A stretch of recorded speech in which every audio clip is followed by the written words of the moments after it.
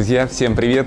Это канал о недвижимости и строительстве ВДТ или Владение, движение, творение, и я, Алексей Аверьянов. Мы все еще на южном берегу Крыма, городок Гурзуф, и я стою на фоне дома, который мы показывали в прошлом выпуске. Я понимаю, что не все могут себе позволить такую дорогую недвижимость, но так или иначе хотят здесь иметь какую-то курортную базу. Поэтому я сегодня сделаю вам обзор на очень интересную квартиру в стиле Прованс с кучей разных инженерных решений. Досмотрите этот выпуск до конца, будет супер интересно. Поехали! Квартира 142 квадратных метра, супер виды. На пол положили мрамор, добывают его в Испании. По всей квартире сделана роспись, такие фрески. И вот это как раз вид будет из главной спальни.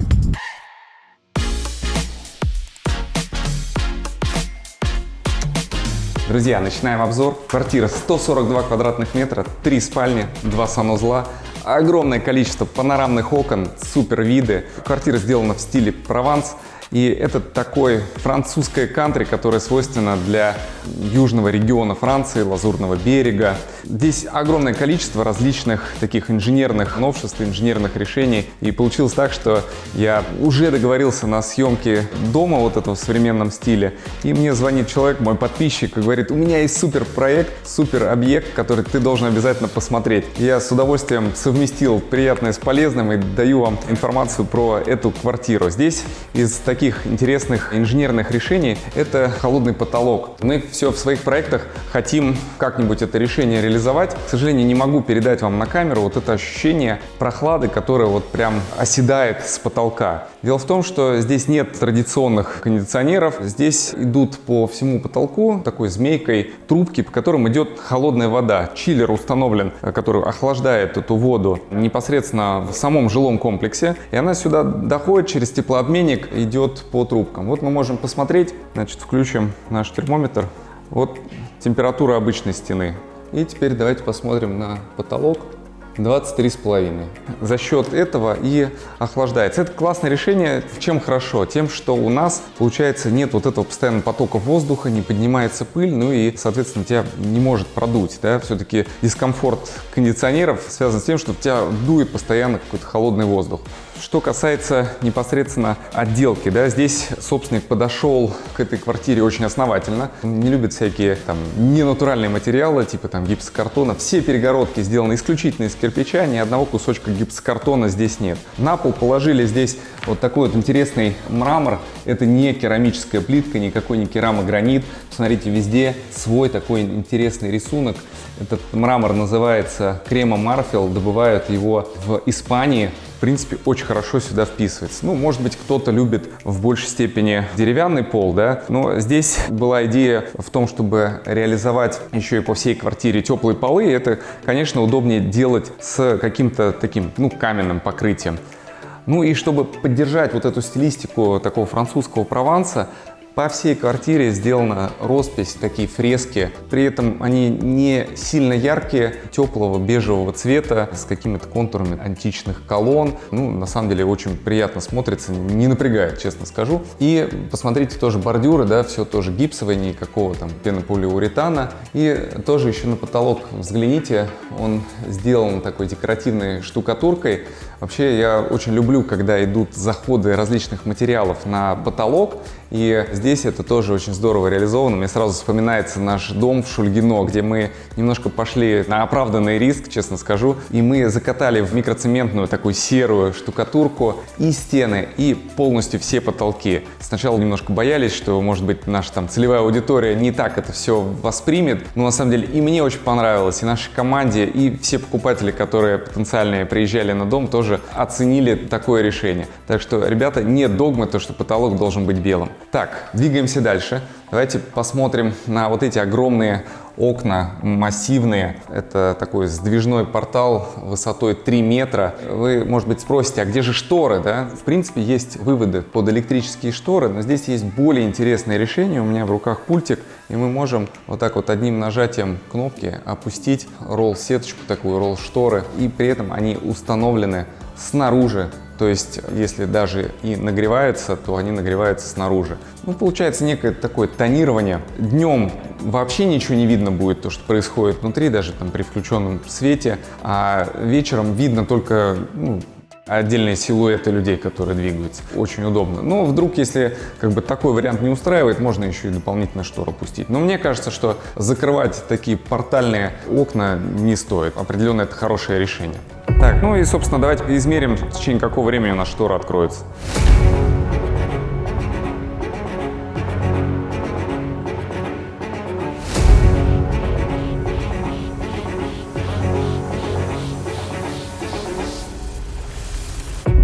Все, готово. Друзья, пойдемте покажу, какие у нас здесь есть виды. Друзья, ну часть видов вы уже видели в прошлом выпуске, когда мы смотрели в эту сторону, да, а здесь получается сам жилой комплекс такой овальной формы, сделана длинная терраса, и квартира получается угловая, поэтому у нее вид уже и в обратную сторону на горы, и в том числе тот же самый вид на море. Но из-за того, что сам жилой комплекс немножко ближе к морю, то у нас еще открывается перспектива туда дальше вдоль берега. Соответственно, у нас видны беседка ветров, виноградники, гора Болгатура, вот это вот классное, я не знаю, там называет кто-то Гурзуф Даунтаун, вот, ну, можно и так назвать, да, Генуэзская скала, и внизу строится лагерь Солнечный, и дальше туда за углом у нас уходит Артек. И вот это как раз вид будет из главной спальни. Здесь вот такие ограждения из стекла как раз сделаны для того, чтобы не закрывать вид. Установлено оно, закреплено вот на нижние крепления, между собой ничем не скрепляется, при этом достаточно надежная конструкция. У нас собственник сделал вот так вот, там со всей дури ударил, ничего не разбивается. Хочет сделать трюк, что велосипедист влетает в эту стену, переворачивается, летит туда, распускается парашют. Ладно, посмотрим, фантазии, конечно, хорошие. Можно будет продемонстрировать, что это надежная тема. Друзья, небольшое лирическое отступление на тему целесообразности курортной недвижимости. Я вообще достаточно много путешествую и периодически задаюсь себе вопросом, а нужна ли мне и моей семье курортная недвижимость? И чаще всего у меня ответ нет, мне лично не нужна. Дело в том, что я не вижу большой целесообразности, считаю, что это такое не очень грамотное, опять же, в моем случае закапывание денег, потому что я не так много могу сейчас позволить себе в год поездок, да, у меня находится бизнес в активной стадии развития, и я, в принципе, там, может быть, 3-4 раза в год всего выезжаю. И если там брать эти 3-4 недели в году, проведенные в собственной недвижимости в одном конкретном каком-то месте, то, во-первых, это отсутствие разнообразия, а во-вторых, в принципе, вложить эти деньги, если бы они были бы на депозит, и на проценты просто можно было бы эти 4 недели спокойно путешествовать. Но для людей, у которых, например, есть какой-то пассивный доход, или нет необходимости присутствия постоянного в месте своей работы, своего бизнеса, это очень классное решение, потому что можно тут проводить время с гораздо большим комфортом, чем в каком-нибудь мегаполисе. Так что посмотрите по конкретно вашей ситуации и поймите, нужно вам это или нет, потому что действительно очень много идет идеализации на тему курортной недвижимости, и люди часто покупают и не в должной мере этим пользуются. Но с другой стороны, есть еще выход для тех, кто не очень активно пользуется. Это жилые комплексы или там коттеджные поселки, которые позволяют сдавать эту недвижимость в аренду, в краткосрочную, на время отсутствия хозяев. Но с другой стороны, это уже получается не совсем уж и ваше жилье.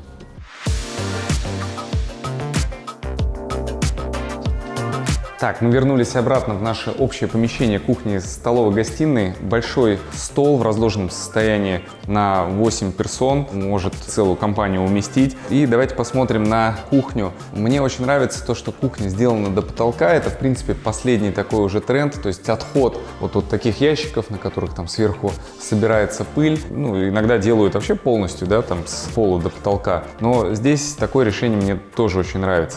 Везде натуральные материалы. Здесь техника D. Dietrich, она такая универсальная, безопасная, с лаконичным дизайном и говорит о хорошем вкусе хозяев, которые ее устанавливают. Интересная очень раковина, посмотрите, медная, очень оригинальная. Я такого нигде не встречал, то есть для такого стиля Прованса очень даже подходит. Так, еще интересное тоже решение, мы уже часто видели в выпусках там и в Монтевилле, и в Николино. Это встроенный центральный пылесос. В квартирах я еще пока такого не видел. Но здесь его особенность в том, что это встроенный пылесос канадской компании DrainVac, и он мало того, что пылесосит, у него еще есть подача воды, то есть он еще и моющий. И вся пыль, которая собирается в этот пылесос, она уходит и сливается в канализацию. Вообще ничего не надо чистить, никакие фильтры доставать. Пойдемте дальше. О, кстати, интересная тема тоже. Здесь система домашнего кинотеатра Bose, колонки-невидимки, система 5+1, то есть 2 передние боковые колонки, фронтальная колонка. В потолке установлены 2 задние колонки, ну и, конечно, в системе должен быть сабвуфер. Собственник квартиры заморочился и установил сабвуфер прямо в стену. Включал звук, прям, ну, реально такие басы идут, и можно поднести руку, оттуда аж воздух идет. Так, двигаемся сюда. Друзья, эта спальня, она такая очень небольшая, но при этом очень уютная. И за счет того, что она прям буквально выходит на террасу 2 большими окнами с портальной дверью, которая открывается, с сумасшедшим видом. То есть я представляю, как здесь круто просыпаться с утра, потому что это западная сторона, у нас не будет будить солнце. При этом мы видим и горы, и море. Очень круто. Друзья, забыл вам еще про диван рассказать. Вот этот он такой мягкий, уютный, я бы сказал, даже ламповый диван.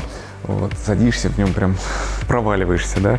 Это фирма Roche Bobois. Первый раз услышал такое название, французская компания, на самом деле очень известная. И такие диваны уже не производят, потому что это диван, где вот наполнением является пух и перо. Все очень натуральное. Вообще собственники очень трепетно относились к всему такому экологичному, натуральному. И это проявилось даже в диване. Ну что ж, пойдемте покажу вам теперь хозяйский блок.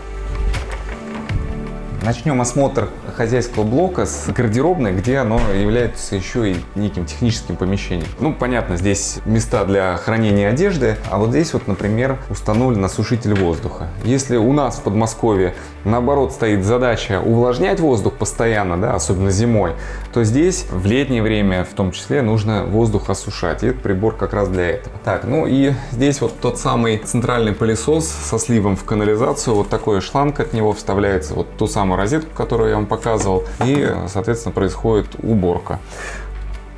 И в хозяйской спальне есть вот этот хозяйский санузел. Вот здесь установлена такая массивная ванна каменная компания Devon. И здесь еще есть и душ, тоже беспороговый доступ. Установлен трап в стене, да, вся вода туда под наклоном сливается. Вот мне тоже такие решения очень нравятся. Ну и сопровождает у нас Прованс, обязательно лаванда. Правда, я думаю, что это крымская лаванда. Собственно, сама хозяйская спальня, она тоже с классным видом, она уже немножко побольше. И здесь установлена такая вот портальная дверь. Представляете, в этой квартире 142 квадратных метра и целых 3 портальных вот таких огромных дверей. Я коттеджи-то не очень много знаю, где, в принципе, такие огромные портальные двери используются, а здесь их целых 3 штуки. Так, ну и здесь тоже место под телевизор, также встроенные невидимки от Bose. Видите, тоже художник здесь постарался, их замаскировал под рисунок на стене. Ну и отдельно хочу сказать вам про кровать. Ничего особенного себе не представляет, но посмотрите, какой матрас фирмы Duxiana. То есть, во-первых, у него есть внутри вот это вот основание такое серьезное, да, и потом дальше уже сам матрас. Очень удобный, ребят. Как вы думаете, сколько стоит этот матрас? Он стоит 10 тысяч долларов. Ну и тоже обратите внимание, все стены расписаны. Потолок тоже с росписью, то есть это уже не просто штукатурка, а это настоящий рисунок. На самом деле найти хороших мастеров, которые вот такое сделают, это очень непросто. Также гипсовая такая еще окружность вокруг люстры, которая подчеркивает и создает еще дополнительный тоже уют. Вообще в квартире очень уютно, если честно. Друзья, еще немножко про двери. Они сделаны из массива клена. Такие прям очень надежные, добротные. Посмотрите, какая у них коробка богатая, да, и таких дверей здесь достаточно много. И еще даже вот можно обратить внимание на такие детали, как петли. Я тоже таких не видел, да, тоже элемент дизайна все-таки. У нас осталось всего 2 помещения. Это гостевой санузел и он же санузел при детской. С одной стороны гости приехали, зашли, здесь руки помыли, вошли в гостиную зону. А с другой стороны вот она, та самая дверь из детской комнаты. Ребенок может зайти, там уже защелкнуться, чтобы его никто не тревожил. И здесь у него все удобства. Тот же душ без порожка, встроенный трап, комфортно, удобно. Ну и, соответственно, комнатка сама детская. Она уже, конечно, без такого панорамного окна, но она приличная по размерам. Здесь множество шкафчиков для хранения. В принципе, мне кажется, в качестве детской. Или же можно ее использовать в качестве гостевой комнаты в том числе. Так, ну и покажу вам еще при входе шкаф, который мы пропустили в самом начале. Вот он, небольшой шкаф при входе, но очень вместительный за счет как раз высоты потолка. Посмотрите, какая интересная история, вот такая модульная система, то есть полочки стоят тут на планочках, и их можно поставить там на любую высоту и сформировать тот набор, который нужен. Немаловажная деталь, то что все это сделано из массива дерева. При таком засилии сейчас МДФ, всяких ДСП, очень редко можно встретить гардеробные с полноценной древесиной. Тоже вот интересное решение. Здесь взяли и вывели вот такие шкафчики прям в общую зону лифтового холла. Тоже здорово, потому что лишние вещи не будут храниться в квартире. И тоже посмотрите еще на то, какая массивная входная дверь, я не знаю, в районе 6-8 сантиметров она толщиной. Кажется, что как будто бы она бронирована. Ну и тоже момент, который мне понравился. Собственник, который делал ремонт у себя в квартире, полностью продлил вот этот мрамор и холл лифтовый, да, и сделал еще тоже фрески на стенах в лифтовом холле. Хотя здесь на самом деле 3 квартиры. Друзья, эта квартира продается по цене и по всем подробностям. Напишите мне письмо на alex@vesco.ru, я вам вышлю презентацию с планировками, с фотографиями и всей подробной информацией. Если вдруг захотите посмотреть, тоже напишите, я вам этот просмотр организую. Спасибо, что досмотрели этот выпуск до конца. Я отвечаю на все вопросы по существу, на все интересные комментарии. Ну и также подписывайтесь на все мои социальные сети, там разнообразнейший контент. Не забудьте подписаться еще на ежемесячный e-mail дайджест ВДТ. Ну и традиционно владейте, двигайтесь, творите. Пока-пока.